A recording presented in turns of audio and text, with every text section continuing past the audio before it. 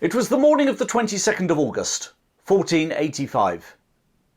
King Richard III of England sat on his white horse, surveying the scene in front of him. The rising sun behind him glinted off his golden-plated helmet and armour, and on his helmet he wore a golden crown, worth £20,000 in the money of those days. Here was the King of England, and above him, fluttering in the gentle breeze, was his personal standard or flag of the cross of St. George, England's patron saint, his family symbols of the rising sun and the white rose of York, but dwarfed by his personal emblem of a charging wild boar. As the light grew stronger, Richard looked west down the Roman road at the small force opposing him, half the size of his 10,000 strong army. A ragbag of French soldiers, English and Welsh rebels, and mercenaries from Brittany and Scotland. And in the centre of that group flew the personal banner of their leader, green and white, surmounted by the emblem of the ancient kings of Wales, a huge red dragon. And underneath that red dragon of Wales sat their slender, fair-haired, 27-year-old leader, his sharp blue eyes looking across the marshy heath and up the hill straight back at the king. The young nobleman from Wales was called Henry Tudor. The Battle of Bosworth is one of the best known and certainly one of the most influential battles ever fought in England. It was a game changer that changed dynasties.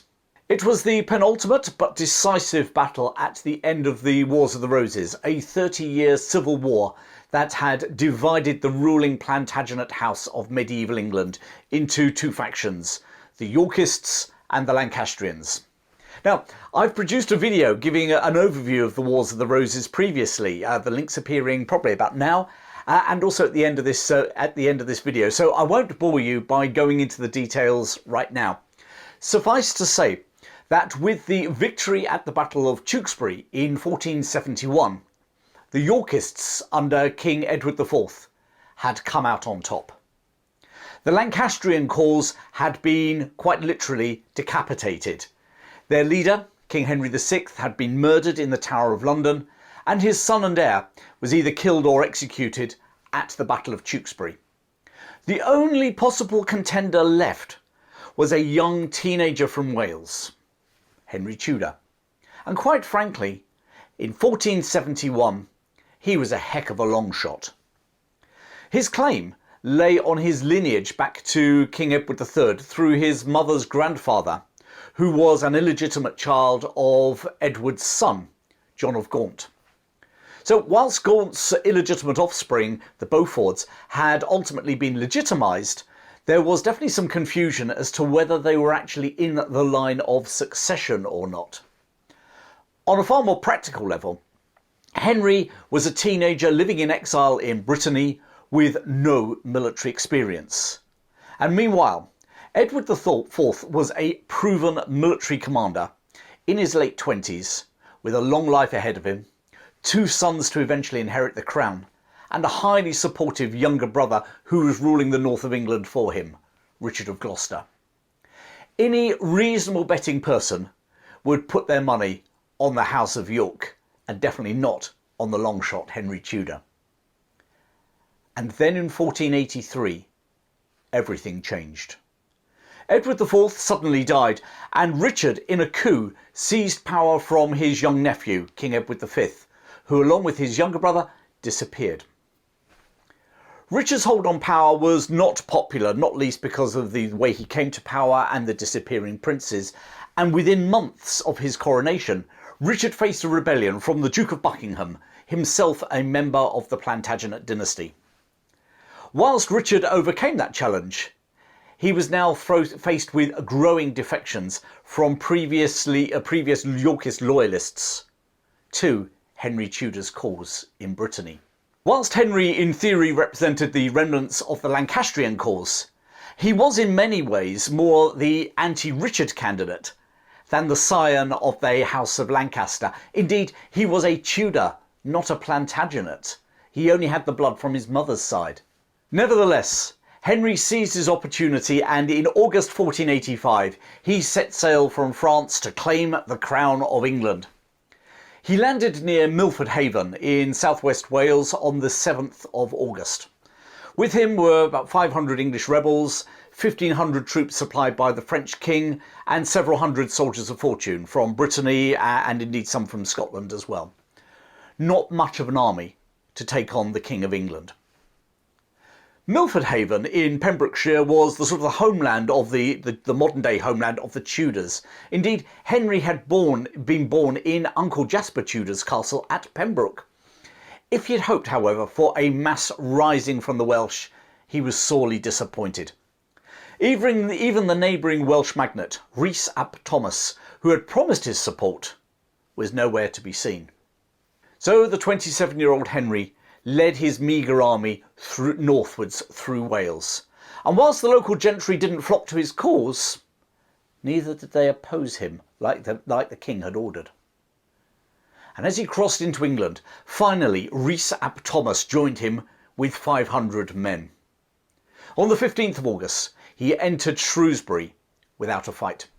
Meanwhile, Richard expressed delight that Henry was finally here in England and he could smash the only Lancastrian threat to his throne. And quite frankly, as he saw it, it wasn't much of a threat. However, there was one notable absentee from the king's army. Lord Thomas Stanley hadn't answered the king's call. And we'll come back to him in a moment. Henry advanced from Shrewsbury onto Stafford before beginning to advance down the ancient Roman road of Watling Street, now the A5, towards London. And then he became aware of a large force marching parallel with him. It was Lord Stanley and his brother, Sir William Stanley. But were they accompanying Henry, and indeed he had sent a request that they would, or were they shadowing him for his master, King Richard? Quite frankly, neither Henry nor Richard knew. Lord Thomas Stanley was the shrewd survivor of the Wars of the Roses. From the very outset of this long civil war, he had managed to adjust his support for each side and to get away with it. After Tewkesbury, he had once more switched sides and won favour with Edward IV, even fighting alongside his brother, now King Richard III, against the Scots. When Richard had enacted his coup a couple of years beforehand, Stanley, as Lord High Constable of England, had been one of his three key supporters, along with the Duke of Norfolk and the Earl of Northumberland, both of whom had joined Richard at Nottingham Castle. Yet, for the last 13 years, he'd been married to Margaret Beaufort, the mother of Henry Tudor. So, would he support King Richard or his stepson, Henry? At the end of the day, the most important side for the Stanleys to be on in this war was the Stanleys. Richard had decided to hedge his bets with Lord Stanley and kept Stanley's son, Lord Strange, great name, at the court as a hostage. Meanwhile, Henry continued to march along the old Roman road, Watling Street, towards London. Upon hearing that Henry had reached the town of Lichfield on the 19th of August, Richard moved from Nottingham slightly south to nearby Leicester. At Atherstone on the Watling Street, Henry turned onto another old Roman road, heading towards Leicester, east, to meet the king. On the 21st of August 1485, Richard led his army out of Leicester. As he rode across the Bow Bridge, one of his spurs struck the side of the parapet, and an old woman uttered a prophecy. Where his spur strikes today, his head will strike tomorrow. That night, Richard camped just south of the tiny town of Market Bosworth in Leicestershire. And on the following morning, the 22nd of August 1485, having taken communion, he arranged his forces on a hillside. The land dipped away towards the rebel forces assembling to the west, and a marsh lay between them on the king's left side. His force was at least twice the size of rebel Henry Tudor's. To the front, Richard placed his 1,500 archers along with 500 men of arms under the trusted Duke of Norfolk, veteran of the Battle of Tewkesbury. Behind him was the vanguard of his infantry, and tucked just behind them, Richard himself, surrounded by his hand-picked guard of knights.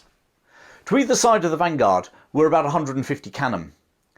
Archaeological excavations, by the way, by the Battlefields Trust have unearthed more cannonballs at Bosworth Field than at any other medieval battle site in England. Finally, behind Richard was the Earl of Northumberland with 3,000 northern retainers. To the west, along that old Roman road heading towards Leicester, gathered the rebel army under Henry Tudor's banner of the Welsh Red Dragon. Okay, so we're sort of at the far left of Richard III's army, and he sort of formed up on a line to those trees, okay? And across the field, as you see, it sort of dips a bit. You might not be able to actually see that, but it dips and then it goes up. And Henry Tudor was over there behind those trees. If you look, there's a farmhouse, Fen Lane Farm, I think it's called now. And anyway, that's where he lined up. Outnumbered 2-1, with a leader who had never seen battle. Command was effectively given by Henry Tudor to the Earl of Oxford, a veteran of the Battle of Barnet earlier in the Wars of the Roses. His uncle, Jasper Tudor, acted as one of the 3 deputies. As the two armies stared at each other, the Stanleys, with something in the region of 4,000 men, arrived. But who would they join?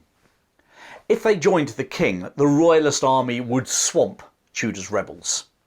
However, if they joined Henry, they would effectively even out the numbers. King Richard sent Lord Stanley a command to join him, and reminded him that he held his son, Lord Strange, as a hostage. Stanley is purported to have replied that he had other sons, and he would make up his own mind when to join the battle. So Richard ordered Lord Strange to be executed.